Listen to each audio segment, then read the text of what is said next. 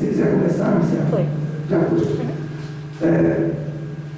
Bom dia a todos. O Cine Debate do Instituto Federal Campus Campinas está fazendo o que é a última sessão de 2022. E opa, está um pouquinho alto aqui. Acho que eu tenho que falar um pouco mais longe aqui, Marcelo, hoje eu vivo com... E, amigo, obrigado. E nós exibimos hoje um documentário de 2019, Privacidade Hackeada. E estão aqui na minha frente, não vão aparecer na câmera, os alunos do primeiro módulo do técnico em informática concomitante subsequente, não é isso? Agradecer o comparecimento deles. E aqui ao meu lado, para comentar o filme Privacidade Hackeada, que do meu lado direito, o professor Patrick Matias de Araújo, que dá aula para essa turma, professor do curso, e o professor José Ferraz Neto, ambos professores do Instituto Federal Campus Campinas. Eu sou o professor Flávio Geniquiano, coordenador do projeto, o professor Ferraz também faz parte do projeto. A gente conta com uma aluna bolsista que nos ajuda aí nos ajudou durante esse semestre. Foram várias atividades durante esse semestre, e essa programação toda pode ser acompanhada no Instagram do Cine Debate e Campinas. Então, o pessoal quiser seguir, pode seguir por lá. Eu vou começar pedindo os comentários do professor Patrick sobre o filme, sobre o documentário. Depois vou passar a palavra para o professor Ferraz e vamos abrir para a plateia perguntar alguma coisa. Ok? Muito bem, professor Patrick. Eu já tinha agradecido ele fora da gravação por ter indicado esse filme que eu achei espetacular, que todo mundo deve assistir.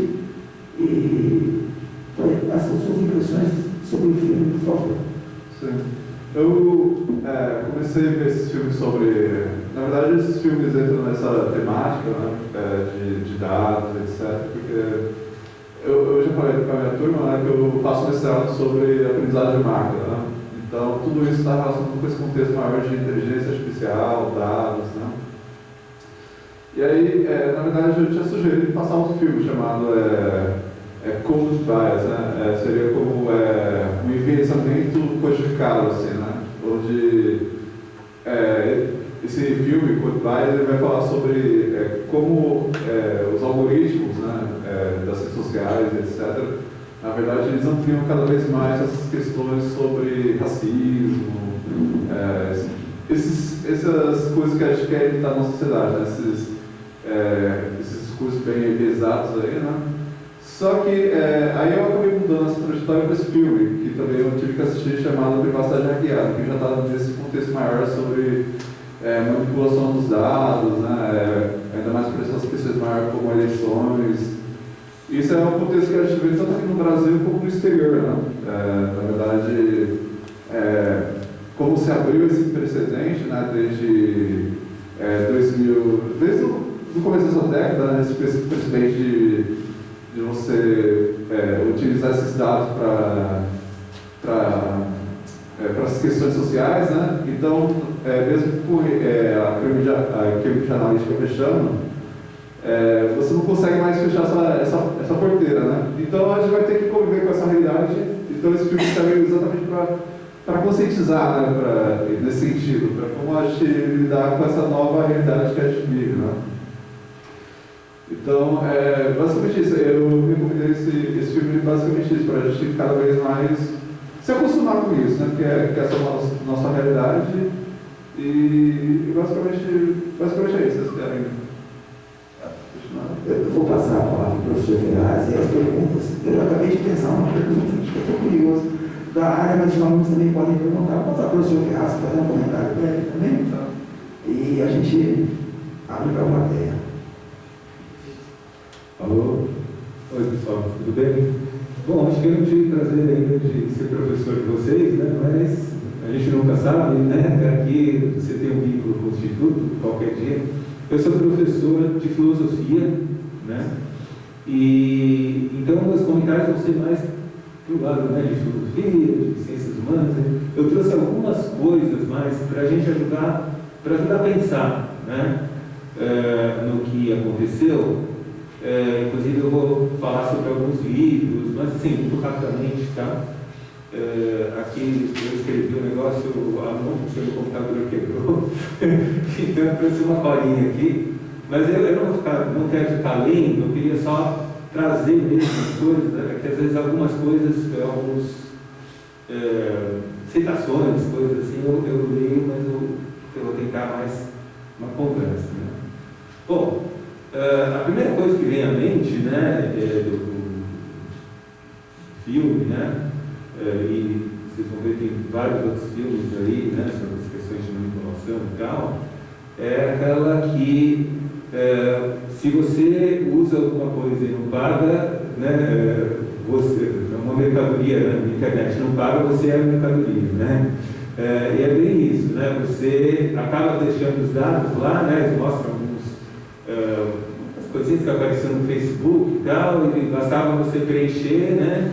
E aí faziam, né? Via lá um joguinho, via alguma coisa, e aí eles ficavam com os seus dados, né? Ficavam com os dados das pessoas, e ele estava mostrando ali, né, que é possível até acessar os dados amigos das pessoas. Então, assim, você acaba abrindo, né, uma vulnerabilidade muito grande, né? E o que é interessante, né, ele mostrando, né, eles comentam, né, que os nossos dados, né, são talvez a mercadoria mais valiosa que tem, mais que petróleo até, né? Porque justamente, né, eles conseguem prever melhor as coisas, né? Então, essa questão aí, né, de toda a proteção de dados que o filme traz, né, ela se reporta a outras, né, outras coisas, né, livros, coisas filosóficas aí.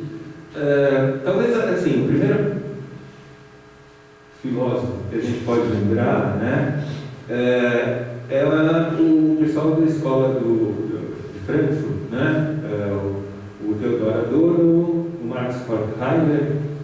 Eles, durante a guerra, eles eram alemães, eles fugiram, foram para os Estados Unidos, né, e depois eles vão escrever o livro, né, em 1947, depois que a guerra já tinha acabado, mas aí, assim, né, o impacto da guerra, chamado Dialética do Esclarecimento, né, em que eles vão acabar colocando, né, uma visão bem pessimista do progresso, né, você achava que estaria sempre, né, cada vez progredindo mais e tal, e o Adorno, né, que escreveu junto com o Horkheimer, eles acabam apontando para o problema, né, que a gente tem aí com a tecnologia e progresso, todas essas coisas, né, essa racionalidade que vai dominando tudo,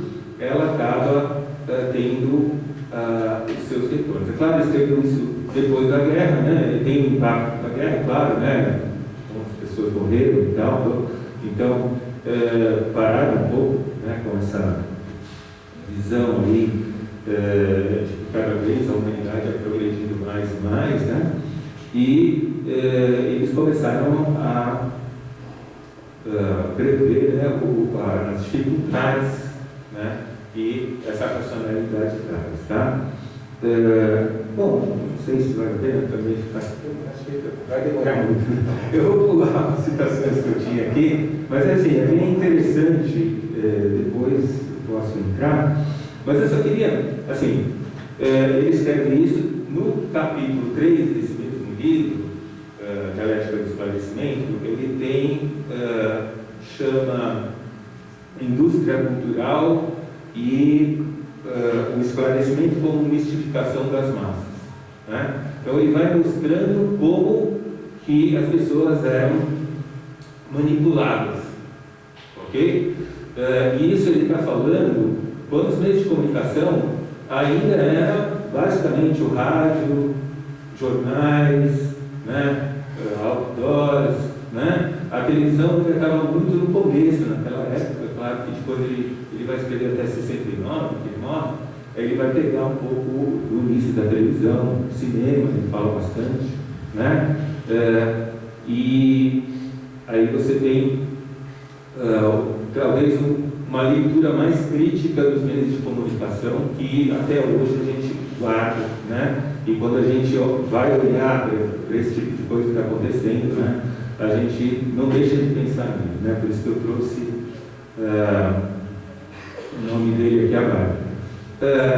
Depois, 75 anos depois, né, que é agora, a gente tem, né, a questão de como que esses dados começam a ser usados na política. Então, tem um livro que é muito interessante, chama Os Engenheiros do Caos. Olha, eu recomendo, né, eu dei uma lida aí antes para falar com vocês, eu tive vontade de ler tudo de novo, né, porque é muito, muito bom, né, o nome do... O nome é Juliano Empoli. Desculpa, eu trouxe o óculos, tiro o óculos. Juliano Empoli, né, que escreveu o livro da editora Vestígio, que está relacionada a outra editora autêntica. Tá?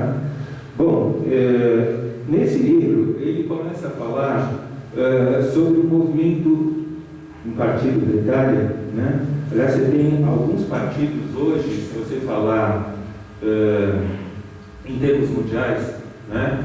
Você tem o movimento 5 Estrelas da Itália, que é o que ele vai falar mais, que foi o que iniciou essa questão da revolução do uso da internet, de dados, né? Mas você tem os partidos pirata que tem na Suécia, na Alemanha, você tem o Podemos, né? Esses todos são partidos, o Podemos é da Espanha, mas esses todos são partidos que já nasceram digitais, ok? Eles, a gente vai perceber, né, que esses partidos políticos antigos que nós tínhamos, eles acabam tendo que se acomodar à nova época. Então é muito interessante a situação que a gente está hoje, né? De ter que se adaptar, né, a essa nova situação aí o Marx Nobre chama de partidos digitais. Tá? Bom, enfim. É interessante, né, como é que aconteceu. Ele fala do Gian Roberto Casaletti, tá? É o nome do cara que fundou esse Partido 5 Estrelas.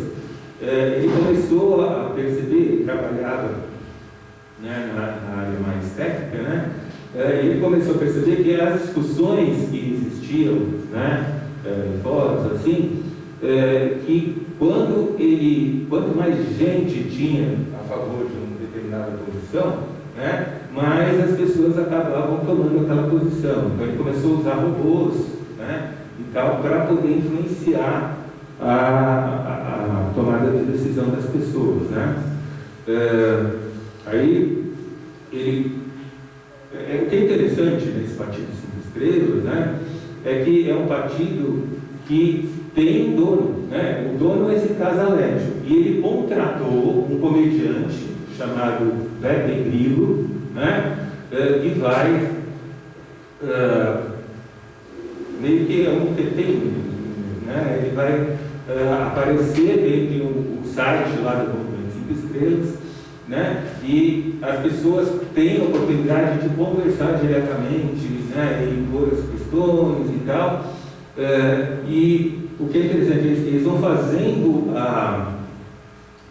vamos dizer, sabendo a opinião pública, né? E vão jogando de acordo com o que as pessoas querem. né, de que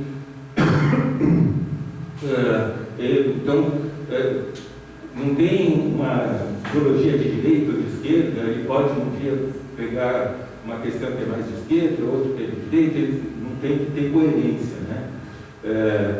E o que é interessante é que os políticos, né, eles assinam um termo lá dizendo que eles, a decisão é sempre do partido, não é então, as pessoas que eles colocam lá, né, é de acordo com o que a opinião pública quer e tal. Então, você vê que essa questão dos dados, né, das opiniões, etc., é que está dirigindo mesmo, né, a questão da política. A gente podia até estar falando mais longamente, estou falando até demais, a questão de como os algoritmos, né, acabam já decidindo um pouco, né, o modo que a gente pensa, né?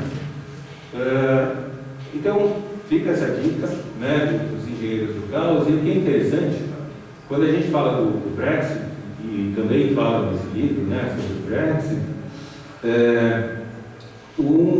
tem uma pessoa que estava à frente do Brexit, chama Dominic Cummings, tá? Então, tinha uma empresa chamada Aggregate IQ, que está ligada à Cambridge Analytica. Então, achei interessante que no filme, né, aparece o cara falando não, de jeito nenhum, a Cambridge Analytica não tinha nada a ver, né? Mas essa empresa que teve ali no Brexit, ela estava ligada realmente à Cambridge Analytica, né? Isso conseguiu se provar depois, tá? Mas o que ele diz é interessante, que por que chama engenheiros do caos, né? Porque para ele as pessoas, é mais interessante você contratar físicos, né? Físicos, né? Você contratar físicos do que pessoas ligadas à ciência política para interpretar, né? Porque justamente os físicos, como eles trabalham com física quântica, né, princípio de incerteza e tal, eles estão acostumados com muitos dados, né?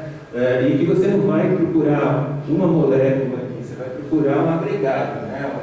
E que os físicos seriam os melhores caras para trabalhar com essas coisas, né? É interessante ele colocar as coisas assim, né? Mas tem o caso do Brexit, né? O caso americano, né, apareceu bastante, o Steve Bannon, etc., né? E o que é interessante, né, que o Steve Bannon era aquele cara que está ali por trás ali da eleição do Trump e tal, mas é que ele gostaria de criar um tipo de uma internacional de extrema-direita, né? Ele quer reunir todos, inclusive os filhos aí do Bolsonaro e tal, né? Faziam parte aí desse grupo todo, né? Que ele pretendia formar. Pretendia, não pretende, né? Acho que estão com isso ainda, né? E para se colocar contra o que eles chamam, né, o globalismo da esquerda, se funda, né? Bom, só mais uma dica aí, talvez é interessante. Tem um outro filme também sobre, aparecem inclusive os mesmos personagens, que chama Driblando a Democracia. Depois vocês entram no põe no Google mesmo, né? Põe lá, Driblando a Democracia, como o Trump venceu, né? É um filme de 1 hora, menos que isso, mas aparece essa Carol Cadwalladr, né? Ela aparece de novo, aparece aquele Christopher Wiley, aparece de novo também, né? E tem outras pessoas, né? Então, uma coisa que, quando eu vi o filme de novo, ela citou a mulher de um cara que chama Robert Mercer, sei lá, que ele era um engenheiro que trabalhou na Google para tradução, etc., né? Ficou rico apostando na bolsa, sabe, dos valores e tal, né? Então ele estava muito acostumado a trabalhar com tendências, né? Analisar dados para tendências, etc., né? E é interessante como ele vai usar todo esse conhecimento dele para fazer essas manipulações, né? Então, como vocês são da área, né, eu acho que é uma boa dica para vocês darem uma olhada nesse livro, darem uma olhada, né, nessas coisas, né, que, enfim, né, agora é um conhecimento que a gente, no mínimo, tem que saber para poder se defender, para poder saber como a gente está vulnerável, tá? Desculpa, eu acho que eu falei demais, mas depois vocês, se quiserem, a gente vai conversando, mas tem um monte de coisa aqui que a gente ainda pode falar, tá bom? Obrigado, professor. O professor Ferraz sempre com dicas de livros e obras, conversa na sala dos professores, e também os alunos têm o Ferraz à disposição, realmente, não só aqui, né, como em qualquer momento. Ele é um leitor assíduo. Eu queria fazer uma pergunta aí, antes da plateia, professor Patrick. Assim, tem duas questões do filme, né? Como é aquela coisa, eu vou fazer uma propaganda, eu vou manipular. E a propaganda sempre tem algo de manipulação, quer de um lado, quer de outro.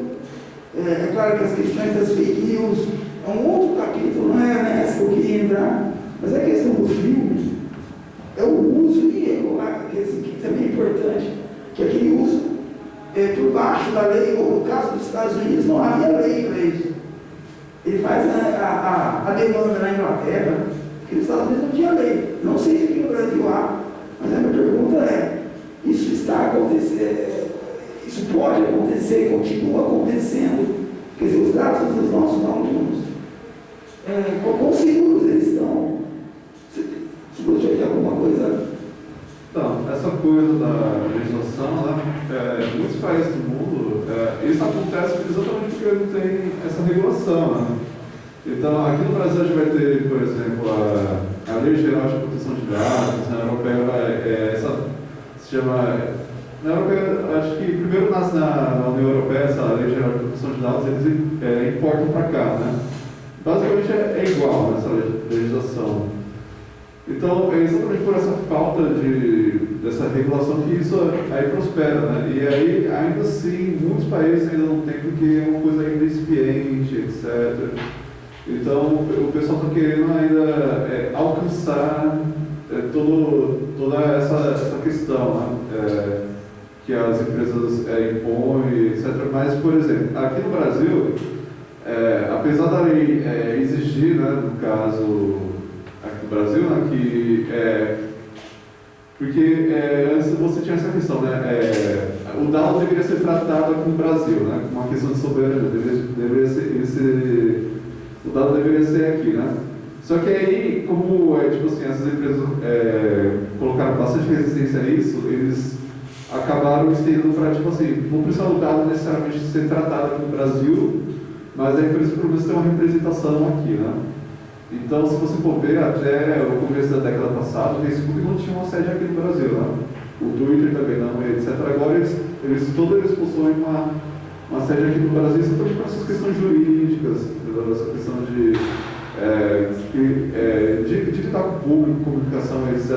Mas ainda mais quando o governo tiver algum problema, que, né, a gente está vendo no passado, operações da Polícia Federal, por exemplo, ter alguém para contactar, pelo menos judicialmente, né, para essas questões.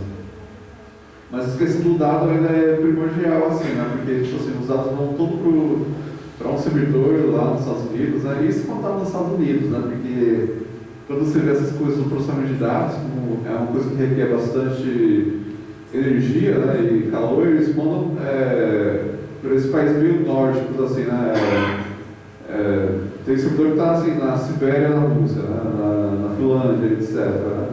Então você precisaria ir até esse país, etc., com as leis locais para poder requisitar esses dados. Né? E elas argumentam isso, né? Os servidores estão tipo assim, na localização tal, etc. Né? Você preenche esse requisito tal, fala que tem que estar no país tal. Então ela sempre coloca essas barreiras exatamente para burlar essas questões judiciais, né? Então elas são bastante cientes dessas questões. Aconteceu agora no ano passado, esse ano, no Telegram também, não tem uma sede no Brasil para responder e tal. Sim, o Telegram é o caso mais emblemático, assim, porque é um aplicativo russo, né? Então, isso aconteceu basicamente na base da ameaça, assim, né? Então, eles falaram, a gente vai ter que suspender o Telegram no Brasil, e aí sim você houve uma resposta nesse sentido, né? Porque senão, agora o Telegram é o canal oficial do trumpismo, do bolsonarismo, etc., né? Porque muitas outras questões judiciais conseguiram minar exatamente o Facebook, né? Que era antes a plataforma preferida deles, digamos assim, né? Então, agora o Telegram passa a ser esse canal, né? E mesmo, tipo assim, dessa questão de você proibir o uso, né? Eles acabaram respondendo com esse medo de perder essa fatia de mercado, né? Porque o Brasil é uma grande fatia de mercado, né? Assim, se você for ver, né? Essas coisas de rede social, aplicativo de mensagem, etc., as empresas. O Brasil tem uma grande base de usuários nela, né? Então as empresas ficam bastante temerárias, assim, digamos assim, né? Em perder essa quantidade de usuários, assim, né? Ok. O pessoal que está aqui, o que gostaria de fazer, não só uma pergunta, mas às vezes uma observação também. Eu queria saber o que vocês acharam do filme. Exato. O que foi isso? O que vocês acharam do filme? Enfim, se alguém quiser falar. Quem tem Facebook aí para começar?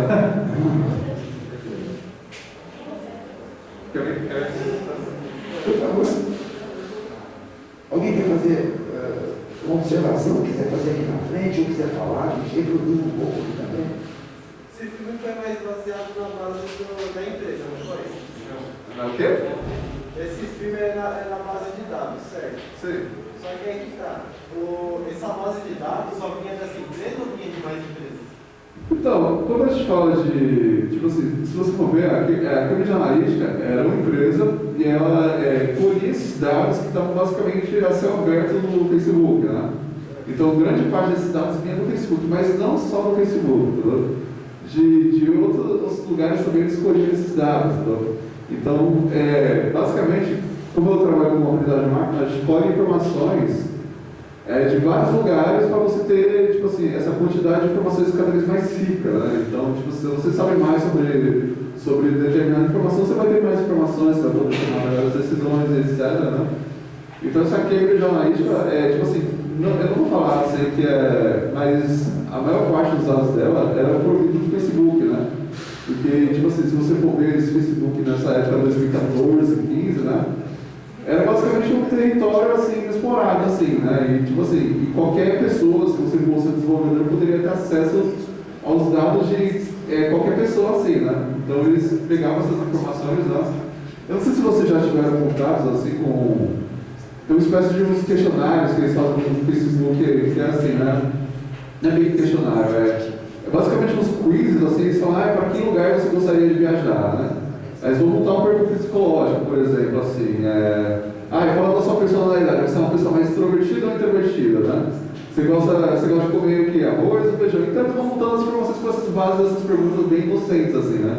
E no final fala, já que você respondeu isso, o país ideal para você visitar seria a França, né? E todo mundo respondia isso, né? Então, basicamente, as pessoas não te deram que essas informações eram basicamente para você alimentar essa base de dados, assim, para você cada vez ter mais informações sobre as pessoas, né? Então, se vocês já viram esses questionários, assim, aqui seu perfil psicológico, a gente vai falar o namorado ideal para você, entendeu? É basicamente para colher informações, né? Tipo assim, então é uma propaganda, eles vão falar que é para falar um namorado ideal, mas eles estão lá colhendo informações para eles, né? Então, quem já respondeu os questionários assim? Levanta a mão, para saber. Eu já vi. Eu já também, quem não? Poxa, que legal, eles querem saber alguma coisa, quero dar minha opinião aqui, parece quase uma brincadeira, né? Parece uma brincadeira, assim, a gente vai adivinhar a sua comida favorita. Então você vai lá e responde, o que você gosta, assim, você gosta de, tipo assim, consumir. As empresas fazem bastante isso, né? Se vocês forem ver, ainda mais empresas no ramo alimentício, elas perguntam direto, assim, você tem. Quais são as suas preferências alimentares, etc. Então, tipo assim, a gente está muito também voltado para a política, mas isso é uma questão que está permeando a sociedade. As empresas utilizam, né, e etc., ainda mais essas coisas assim, voltadas ao mercado, assim, para consumo, né? Então elas perguntam assim, e você preferiria produto A, produto B, produto C, né? Então elas estão sempre interessadas nisso, né? Tem aquelas questões eu ia perguntar, o pessoal já viu isso, exatamente. Quando você vai entrar numa página, tem aquela coisa